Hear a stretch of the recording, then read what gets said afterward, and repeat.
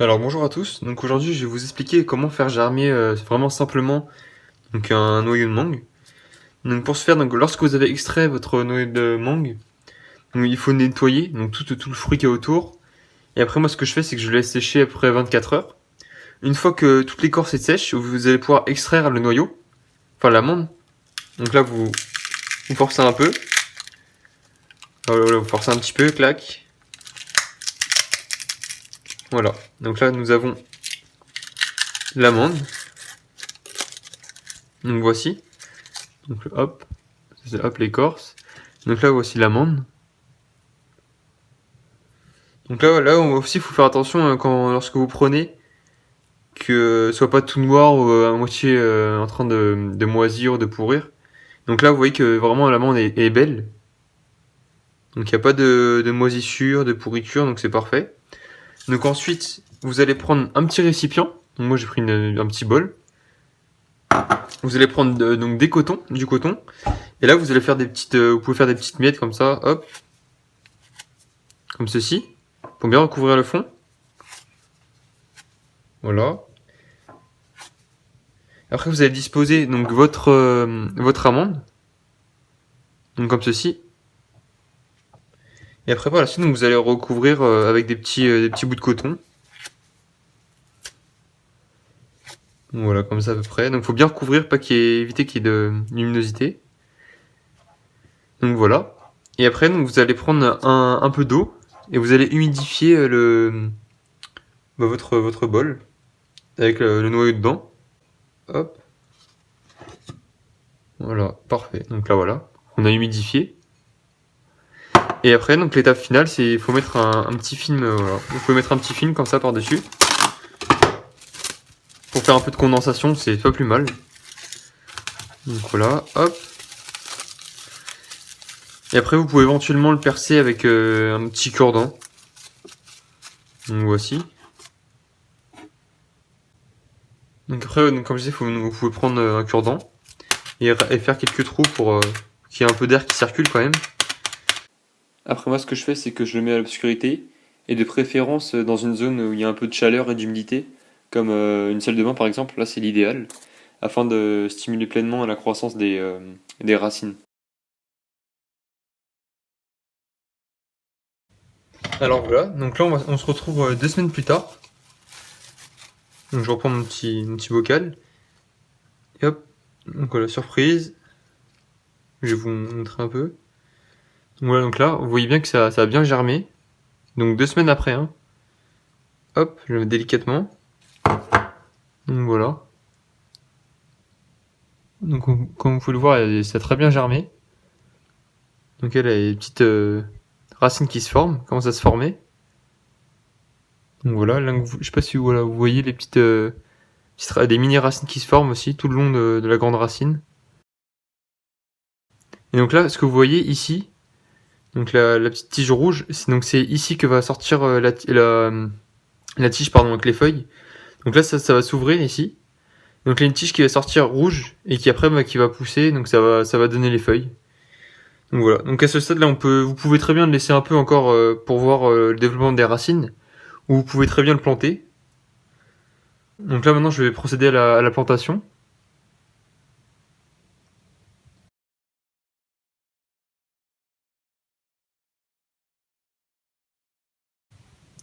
Donc on va donc le planter, comme je l'ai dit précédemment.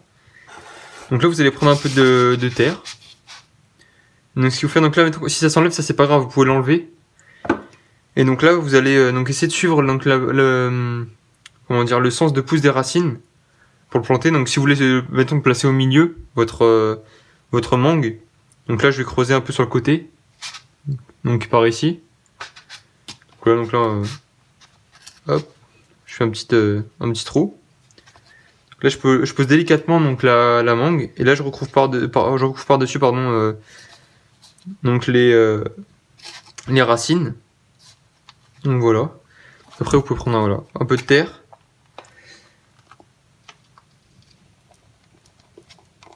Voilà, pour bien recouvrir les racines surtout.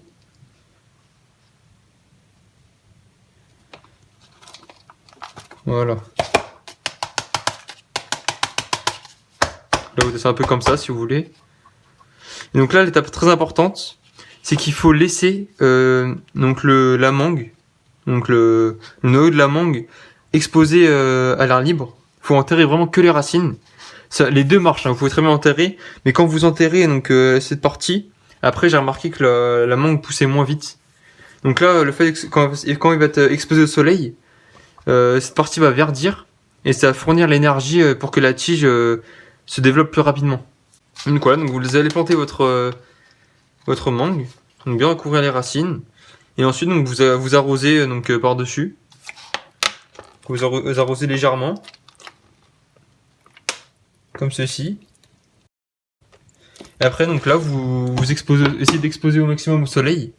Pour les débuts donc il vaut mieux exposer au soleil, mais par l'intermédiaire d'une vitre, pas que le soleil tape directement sur la plante, parce que selon l'intensité du soleil, ça peut causer des dommages. Ça peut être vraiment trop fort pour la plante, pour les jeunes pousses. Donc attendez un peu que ça se développe, et quand vous sentez que c'est bon, donc quand on commence à avoir des belles tiges, que ça commence à devenir vert, vous pouvez exposer directement après dehors au soleil. Et voilà. Et donc veillez bien à arroser assez fréquemment pour maintenir un peu d'humidité.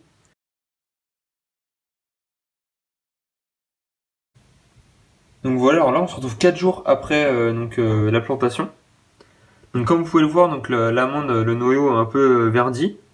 Et là donc il y a la tige qui est sortie, qui était ici, qui était recroquevillée là, elle est sortie. Et donc il y a les petites feuilles qui sont au bout qui vont après grossir par la suite.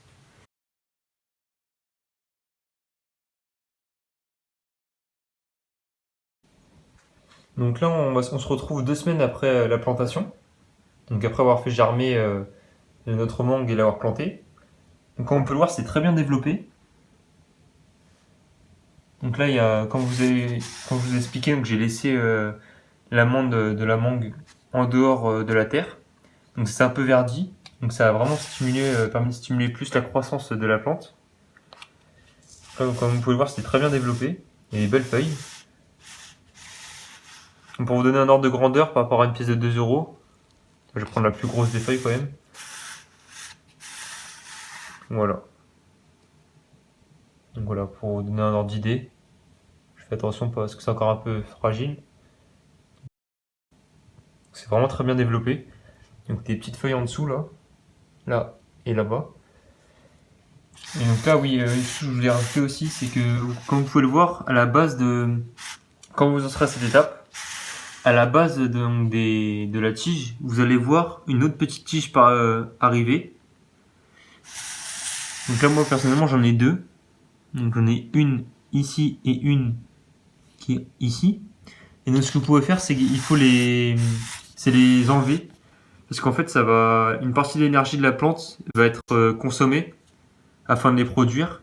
Et donc ça va réduire un peu la croissance de la tige principale et des feuilles principales. Donc moi ce que je fais, c'est vous donner, hop, vous arrivez, et après vous coupez, voilà, vous donnez un petit coup d'ongle.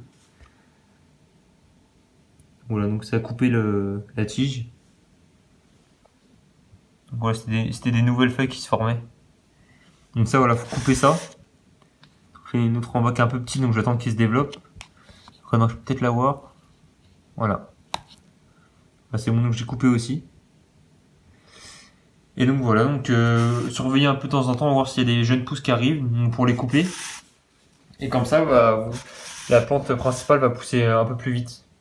Parce que toute l'énergie sera vraiment consacrée à son développement.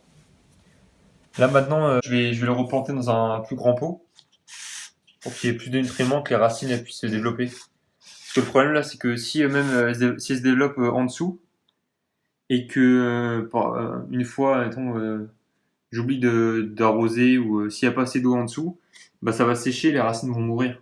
Donc soit vous gardez bien humidifié en dessous pour qu'il y ait toujours un peu pour que ce soit hydraté pour les racines, ou sinon moi là je vais directement le replanter dans un plus gros pot. Donc voilà.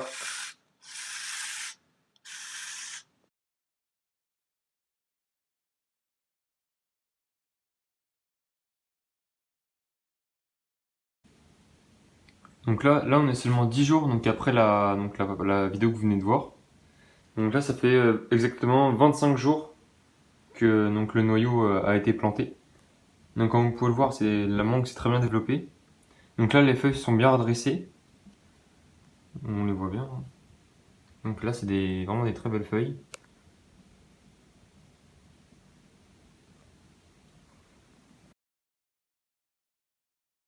Donc comme je vous l'avais dit, hein, j'avais replanté dans un plus gros pot, plus de nutriments.